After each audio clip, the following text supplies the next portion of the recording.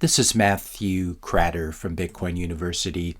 Today I want to talk about the gigantic wall of money that is incoming into Bitcoin as we speak. Now the backdrop for this is that the investment management world is mostly full of sheep: Wall Street, pensions, endowments, financial advisors, pension advisors, etc. And no one wants to stick their neck out and do something first on Wall Street or with these institutional investors. But once someone does and makes a lot of money doing it, then we always see the whole herd jumping in. And that's where we are today with Bitcoin.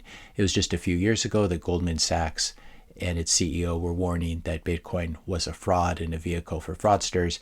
Today, Goldman Sachs says the Bitcoin ETF approval was a huge psychological turning point and that it's been an astonishing success. And I think this is right. Yesterday, we saw the second largest inflows into the Bitcoin spot ETFs in the US in history, almost $900 million.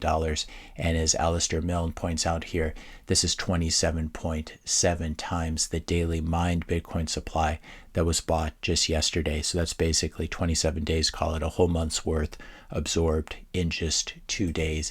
And we're also seeing Bitcoin ETFs now launch all around the world now that the US and the SEC have paved the way for this. So we're seeing this happening in Australia. We're seeing this happening in the UK. We're seeing this happening in Hong Kong. We're even seeing the Thai version of the SEC approving the first Bitcoin fund. So this is a trend that is spreading globally. So please don't tell me that you or anyone else you know is selling any Bitcoin here against this extremely bullish backdrop. We're also seeing now, for the first time, we're seeing individual states in the US and their pension plans invest in Bitcoin. This is unbelievable when you think about it. If we take a look at the SEC filing here, we can see that the Wisconsin state pension bought $63 million worth of the Grayscale Bitcoin ETF and call it $99 million worth of the BlackRock spot ETF. As this PBS interview points out, the investment industry is pretty amazed that a pension fund this early came in and bought the Bitcoin ETF. This is worth listening to, this interview, which I'll link to in the description notes below. So the Wisconsin State Pension Fund has approximately 180 billion assets under management, and today it has less than 0.1% of its holdings in Bitcoin. So if they were ever to up this to a more reasonable position, something like 5%, and they certainly own a lot more in fixed income than this, and Bitcoin is an excellent substitute for all that melting ice cube fixed income, all those treasury bonds, all those corporate bonds. So if they were to up their Bitcoin holding to just 5% of assets under management, which is still fairly conservative, that would be $9 billion worth of Bitcoin. And to put that into perspective, that's like 0.6 of a MicroStrategy. MicroStrategy's Bitcoin is currently valued at about 15 billion. And this would just be a single pension fund doing this. If you're enjoying this video so far, I just ask you to help to support the channel. Hit the subscribe button, leave a like, leave a comment, question, and suggestion for a future video, and share this video with a friend or family member that you think would benefit from it. So we have the Wisconsin State Pension Fund doing this. Total global pension assets as of March of this year were approximately 56 trillion. So even if a small allocation came from all these pension funds into Bitcoin, it has the potential for enormous impact. Against this, we're also seeing a fairly bullish macro backdrop. I like this chart. This is a breakout. This is a measurement of Bitcoin measured against M1 money, and we're now seeing the first breakout since March of 2017. Bitcoin is obviously a very good hedge against money printing, so it does make sense to normalize the chart using M1 or using M2. But this is interesting to see this happening, especially in an election year, especially when it appears that the Fed has peaked and is just preparing for their first rate cut sometime later this year.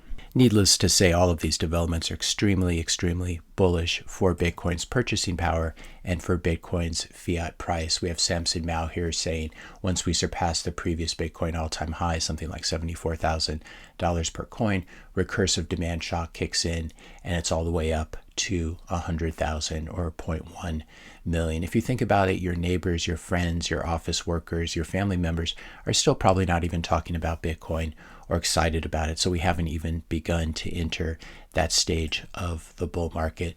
We have Wall Street now coming out with various price targets. We have the VanEck CEO coming out and saying that Bitcoin should be worth at least half the market cap of gold, which again is very, very conservative. And Bitcoin is much more useful than gold. It's much more portable and mobile and easier to verify. But even this fairly bearish price target would mean a Bitcoin price of $400,000 per coin. So Wall Street's getting into the price target game. When institutional investors, banks, pensions, endowments, hedge funds buy the spot Bitcoin ETFs, this is the good news for the rest of the world.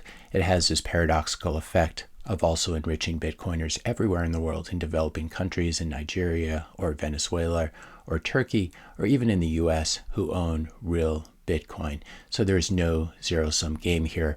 We're still very early in this bull run. And so I wanted to share with you at the end here, for those of you who haven't seen it, the famous Bitstein video about the running of the bull, which I will play here as we head out. Their spirits were sunken and low.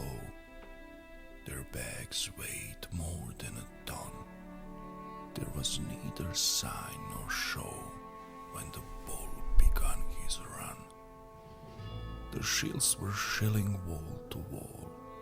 The gig was up, they had their fun, and every short got a margin call when the bull began his run. The candle's green came fast and tall. Each wick was bold, quick to stun. His eyes burned red and his horns did more when the bull began his run. Now fortune smiles upon the need. His bags of gold gleam in the sun. The outer stream of his balance sheet, and every bear is left with none, since the bull began his run.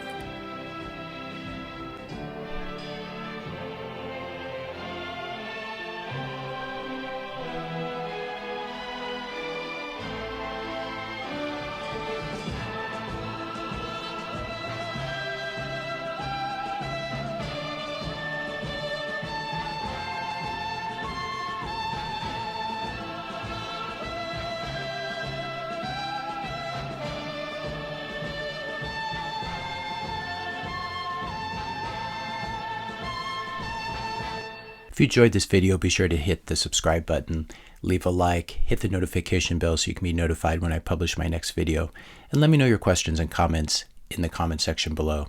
Thanks a lot for watching, and I'll see you in the next video.